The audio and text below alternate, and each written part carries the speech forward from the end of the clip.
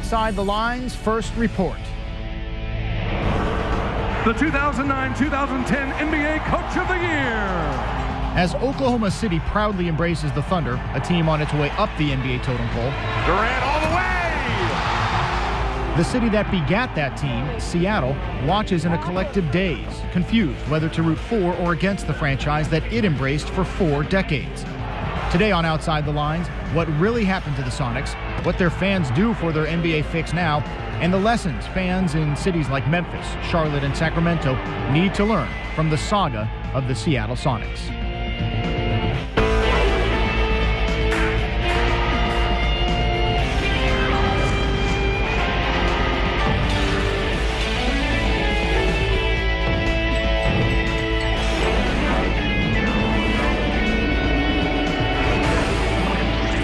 And now, sitting in for Bob Lee, Steve Bunin.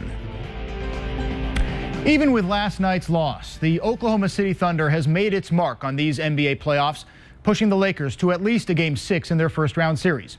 Meanwhile, the city of Seattle remains thunderstruck by the confluence of events that led the franchise to leave the Pacific Northwest 2 years ago after 41 years in existence. This week, the critically acclaimed film Sonicsgate makes its East Coast premiere in New York City, documenting the tragicomic letdowns by the local and state government, Commissioner David Stern, former team owner Howard Schultz, current owner Clay Bennett, and a host of others. Sonicsgate poignantly chronicles the rise and demise of the Seattle SuperSonics.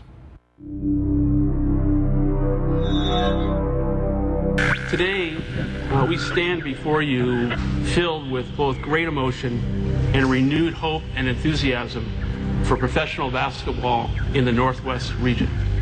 It is our desire to have the Sonics and Storm remain in Seattle. Sonics, Storm, and Seattle are synonymous. We have great respect for history. This is about us. This is about Seattle.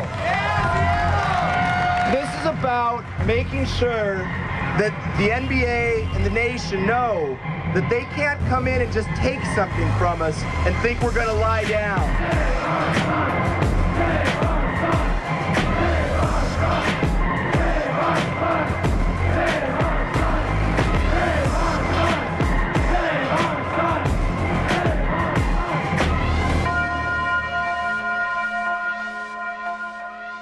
5 years ago, when I sat here and was in a position to buy the team, I remember saying that I viewed this as my responsibility as part of the public trust. He talked a lot about being a steward of the public trust and of the institution, and I believe that. But coming from him, I think it was just all empty rhetoric. I think coming from him, there is a lot of empty rhetoric. He tried to run a basketball team like his coffee business. Your coffee business can't be run like a basketball team.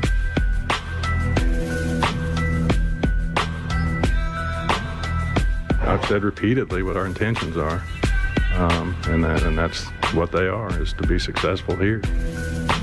It was a very well-done manipulation, and they took advantage of a lot of circumstances here. We made it. Congratulations. The NBA will be in Oklahoma City next season, playing their games. It was like fighting against a hurricane. Yeah, you have hope the hurricane's not going to blow your house down. But good luck with that. Now you're in this sort of competitive world where if you want a team, the NBA squeezes a city and says, look, if you want a team, yeah, you got to pay for it. The problem with this issue is that it is a national issue fought locally. Nichols sold this city out, period. I put the primary blame at this point on the Washington State Legislature and especially its leadership.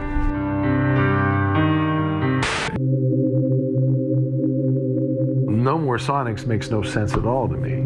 I wanted somebody to reach in and say, okay, I got you guys, we're not moving.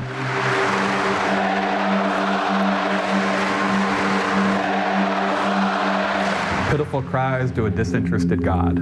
That's what I kept thinking. Keep the team here! You hear me, Bennett? Save our Sonics!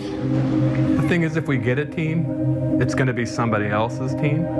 To get a team, I'm going to have to break the hearts of people just like me. And that's the only way we're going to get a team.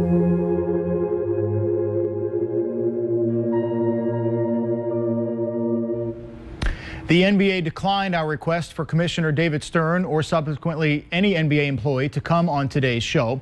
With that, we welcome in Chris Van Dyke, the co-founder of Citizens for More Important Things.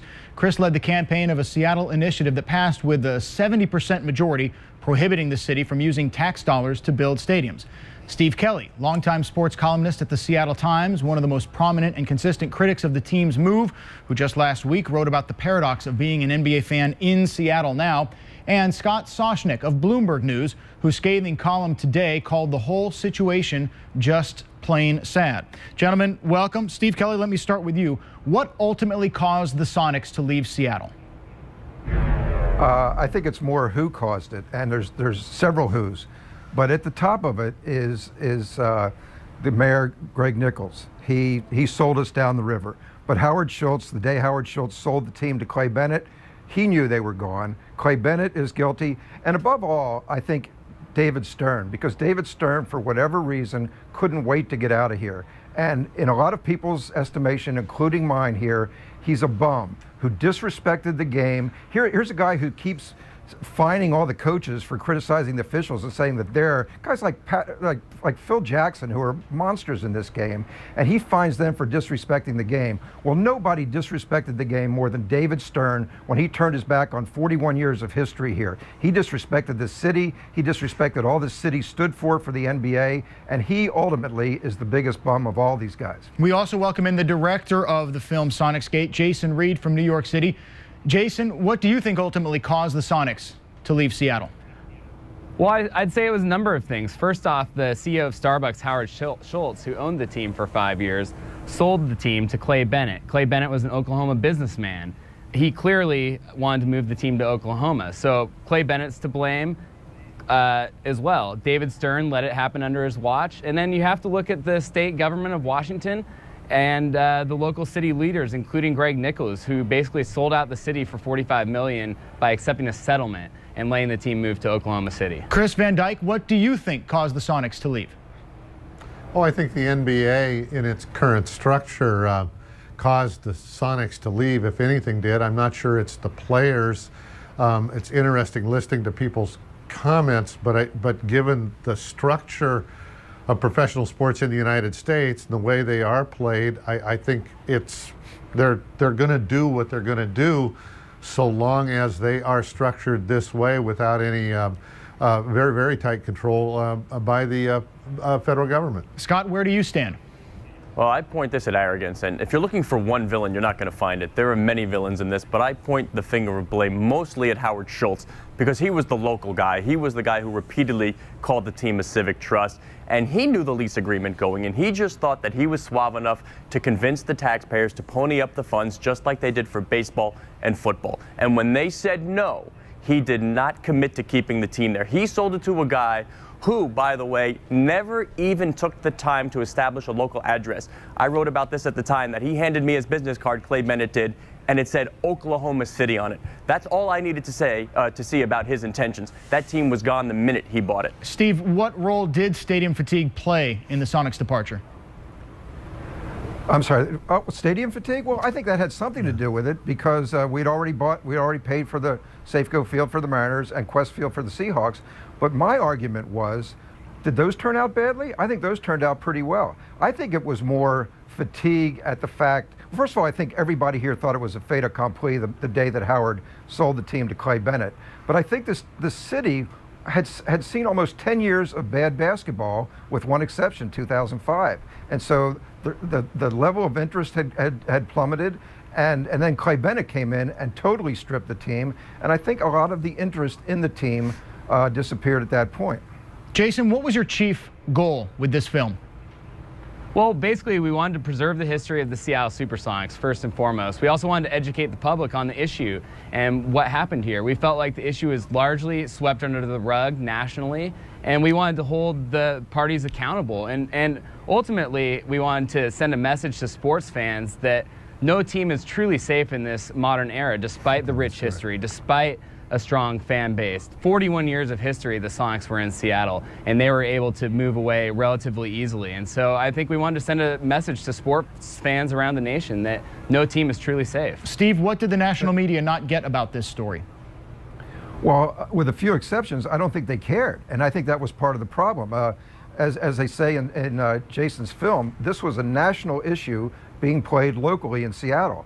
And I think it is a huge warning signal to Memphis, Sacramento, Charlotte, New Orleans, that it can happen to you, and probably in some cases is going to happen to you unless you bow down to his honor, the smiley commissioner. Scott, that's what you wrote about today. What's your take on that? Well, I think it's very tough to be calling David Stern a bum. I have talked to him throughout the decades now about franchise relocation. And when Vancouver left to go to Memphis, he told me it was one of his biggest failures as commissioner. He used to view franchise relocation as failure, but he's changed. I mean, that's the reality now, is that it's just business. Those were his words to me. It's just business. Never before has the curtain been removed. David Stern is not the all-powerful wizard pulling strings. He, in reality, works for the owners. They pay his salary. It's his job to do what is in their best interest, and they are all scared that one day they will be the ones making the petition to go elsewhere. So they don't dare say no to somebody else right now. Chris, go ahead, Steve. Go ahead. And in the meantime, you just disrespect an entire city and you turn your back on 41 years. And I think that's a warning signal to the rest of the NBA, that that's how little they care about each and every franchise. It could happen to you and you and you. And that is on the commissioner. And it was bad business leaving Seattle. I guarantee you, if the Sonics were here now with this team that Sam Presti has put together so marvelously, this city would be crazy. And for Seattle, it would be just like the Mariners were in 1995. The town there would be a new arena. Kevin Durant would be the new Ken Griffey Jr., and this team would be here forever and make a lot of money for the NBA. Chris, go ahead, Chris, you jump in. I think that's what the voters here in Seattle recognized. We actually got 74.6% of the vote. The voters realized that the teams had become much like ladies of the night, if you will. And I'm not sure where that fits in with the bum analogy, but they're just here temporarily to earn to make their dollars or protect the investment of the owner. The prices of the teams have gotten way out of sync with their true economic value, and the voters here just called the cards. The arena had been substantially rebuilt not 11 or 12 years earlier. They were scratching their heads. At the time, it was just prior to the new stadia for football and baseball coming onto the political agenda. And at that time, the then ownership of the Sonics was stating that, gee, they had rebuilt this without any tax dollars and everything. They weren't making a big deal about it, but they were kind of pointing to themselves as a proper or better economic model. Everything changes, and I think the voters just looked up, and there was an element of voter fatigue or stadium fatigue. It was much easier for us, and from our point of view, with the Sonics than with the two prior teams. I will also say that if Oklahoma had set out to intentionally discourage Seattle voters or push away the vote of Seattle voters, they could not have done a better job. We had no work to do. They literally did it themselves. Jason, I saw you shaking your head. What's your take? Well, I'd say that, yeah, by trading away Ray Allen and kind of dismantling the team the way they did, yeah, they were good moves for the future, as we're seeing with Oklahoma City's success, but it alienated the fan base here, who is already slightly alienated by Howard Schultz's ownership group, trading away Gary Payton and doing some things. So I think that, yeah, the climate was perfect for Chris Van Dyke's group to come in and kind of convince the public through all the means necessary to vote for this I-91, which is what he's referring to. One of the turning points in the film is the PR hit that you guys document about David Stern and Clay Bennett taking when emails between the two became public. This was August 2007, right after Bennett's chief financial backer, Aubrey McClendon, told the Oklahoma City Journal-Record, quote, "We didn't buy the team to keep it in Seattle. We hoped to come here," end quote. That preceded this. Take a look. Stern Stern to Bennett. It pains me to see the situation you are in, and I have difficulty conjuring a happy ending in Seattle, but I appreciate your efforts and very greatly value our friendship. Bennett to Stern. You know how I feel about our relationship, both personally and professionally. I view you as a role model and as an extraordinarily gifted executive, a deep and compassionate thinker. You are just one of my favorite people on earth, and I so cherish our relationship. I think that it showed that there was a relationship between those two men that may have been closer than Stern had with other owners. Now, just this weekend, Commissioner Stern said this about a franchise returning to Seattle, quote, "We stayed in touch with them, and when there's an NBA-style building in Seattle or plans for one, it would be my guess that would be a place we'd be very interested in talking about. I don't blame the fans for thinking of however they think of us. I think we didn't get the job done collectively in Seattle, ownership, government, repeating government, and league." Steve Kelly, you called David Stern a bum. What do those comments signify to you? Well, first of all, I'm kind of a sucker for a love story, and those emails kind of broke me up a little bit. So let me gather my composure for a second. You know, David Stern said what he said because I think he knew this show was coming on and he wanted to say something. I know that Steve Ballmer and David Stern have talked. Steve Ballmer's the CEO of Microsoft and loves basketball. He goes down to Portland and sits with Paul Allen quite frequently at the Trailblazer games. And he would be a terrific owner, and he's exactly the kind of owner the NBA needs. But as the commissioner said, until we get a building, or at least a remodeled Key Arena, nothing's going to happen, and I don't see any movement for that at all. Jason, where was Steve Ballmer in this picture before the team left?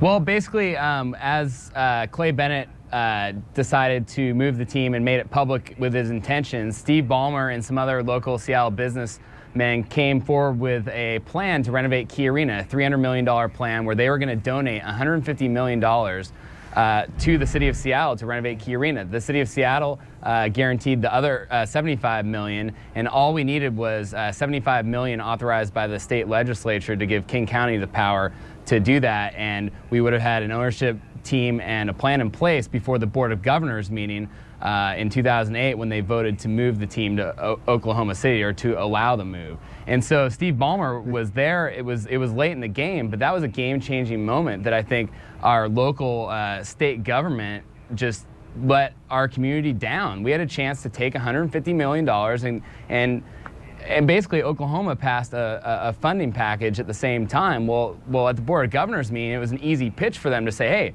Oklahoma's people, their fans, they gave money and allowed the taxes to be taken. And the people of Seattle weren't supportive, or at least the government read the people of Seattle as not wanting this, when in fact, sports fans and people throughout the whole state did want to get this done. So I think that Steve Ballmer's $150 million was unprecedented. And Steve Kelly said earlier, that's an ideal public-private partnership. And that's what Chris Van Dyke's I-91 was all about, was to make sure that there was a public-private partnership that was gave value back to the city, and so the city wasn't losing money on these stadiums. And if you look at Safeco and Quest Field, I think these are two great examples of how well a public-private partnership can work. And that could have worked had our state government stepped up at that time, but unfortunately they didn't. Yeah, but go ahead, Chris. Yeah, as a matter of fact, the Ballmer proposal that's being talked about met the terms of I-91.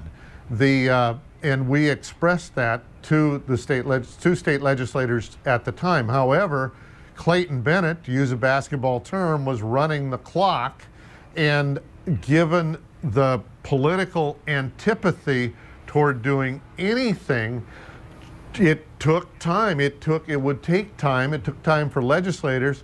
Legislators were hearing overwhelmingly from people on both sides of the issue, but we were trying to make a case that, in working with the Save Our Sonics folks, to make a case, as we said we would, when a proposal came forward that met the terms of I-91. Scott? Looked at as a, and that was what was happening. I don't think there's any blame there for the legislature. I think the true blame is on Clayton Bennett, and it was the objective of Bennett to move the team. And I think the NBA has an objective that they want to play in smaller markets. I don't think they want to be in a major media market like Seattle, 13th largest in the country, and playing against the Sonics, or not Sonics, but baseball and football for that entertainment dollar. Chris, let me move on, Chris. Scott, Scott, the irony is, Scott, that if, barring expansion, to get a team back to Seattle, it'll come at another city's expense, the one we've talked about, Sacramento, New Orleans, Charlotte, Memphis. What does that signify? Well, it signifies what I'd like to say, and you throw the cold water in the faces of the fans that, guess what, folks? These are not public trusts. You better believe these are businesses. That should not shock anybody. An NBA team is no different than the local Walmart coming in. They're there to make a profit. They are vanity plays for these owners. And the minute they start to drain the funds, and if the core businesses of these guys aren't doing well, which they are not doing now during the financial crisis, they will look to get themselves out of that situation no matter what. Public be damned. They will dump the team to make their money. That is a sobering reality to fans. Wake up. This is a business. It is not just there for civic pride. Steve Kelly, it's imperative. It's imperative. Chris, let me ask Steve a question. Cities of, well, I'd just like to say that the city of Sacramento and the city of Seattle and every other medium-sized city in the United States, they need to start working together and say no to the NBA, that if there's going to be another team in Seattle, it's going to be a new team, and it's not going to be taxpayers ripping off taxpayers. Steve, go ahead. Well, sometimes you have to hose Chris down, so we got to go under that assumption. We're running out of time. What do you have? The fact of the matter is, being in Seattle is good business. Steve Ballmer thought it was and was willing to step up. And the problem with this whole thing is the cynicism involved is it was a fait accompli. And by the time the Board of Governors met, this team was out of town, and there was nothing anybody could do about it, even though Ballmer and his group tried heroically. Jason, last word to you. You direct the film. We've got about 15 seconds. What's it like now to be an NBA fan and watch the Thunder in the playoffs? What's it like? It's painful. It's suffering. We drafted Kevin Durant in Seattle. We drafted Jeff Green. We drafted Russell Westbrook, and they moved the team 8 days later. And so watching them succeed just causes us sports fans in Seattle a lot of pain, and we really wish that this wouldn't have happened, and we could have still be watching the Seattle SuperSonics playing the Lakers in this great first-round series. Jason Reed, Chris Van Dyke, Steve Kelly, and Scott Soshnick, we appreciate all of your time on Outside the Lines. Our poll question to you, the viewers: which best describes your reaction when you found out the Sonics were relocating? Approval, disapproval, or indifference? To log on to vote, go to ESPN.com, click on the video link, go to Outside the Lines. You can get on our interactive page. We'll reveal your answer coming up in a bit. A very close vote in our poll. What was your reaction to the relocation of the Sonics? Basically about a third, and a third. West of the country, almost all disapproved. Middle of the country, approved. And on the East Coast, mostly indifferent. With that, we thank you for watching Outside the Lines First Report. I'm Steve Bunin. College Football Live is next.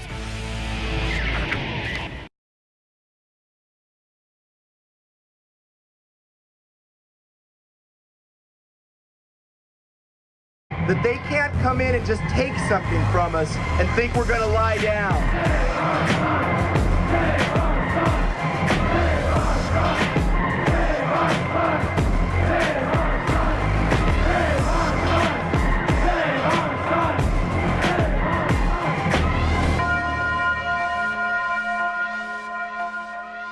5 years ago, when I sat here and was in a position to buy the team, I remember saying that I viewed this as my responsibility as part of the public trust.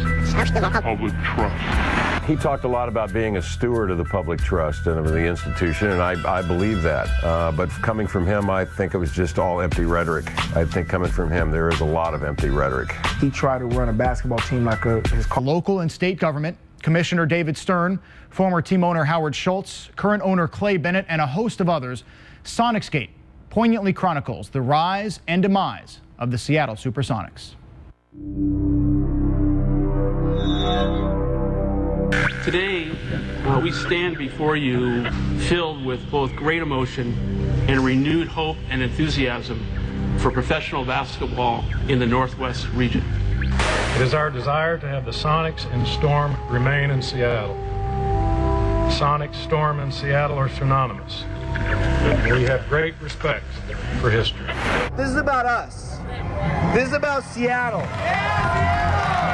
This is about making sure that the NBA and the nation know. Coffee business. Your coffee business can't be run like a basketball team.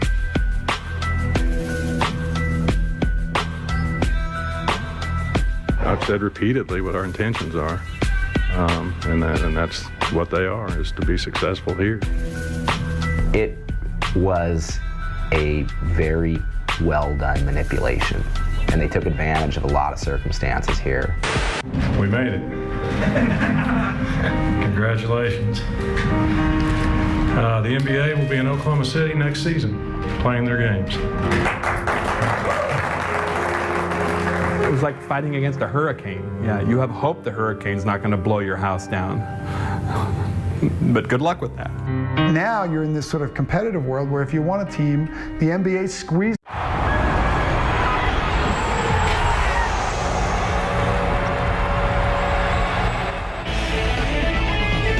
Now on Outside the Lines, first report. The 2009-2010 NBA Coach of the Year. As Oklahoma City proudly embraces the Thunder, a team on its way up the NBA totem pole. Durant all the way! The city that begat that team, Seattle, watches in a collective daze, confused whether to root for or against the franchise that it embraced for 4 decades. Today on Outside the Lines, what really happened to the Sonics, what their fans do for their NBA fix now, and the lessons fans in cities like Memphis, Charlotte, and Sacramento need to learn from the saga of the Seattle Sonics.